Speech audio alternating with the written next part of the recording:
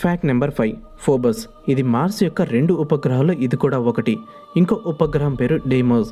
వీటిని 1877లో ఆసాఫాల్ అనే American astronomer కనుగొన్నాడు. ఈ రెండిట్లో ఫోబస్ ఉపగ్రహం పెద్ద సైజులో ఉంటుంది. పెద్దగా అంటే కేవలం 22 కిలోమీటర్ల డయామీటర్ మాత్రమే ఉంటుంది.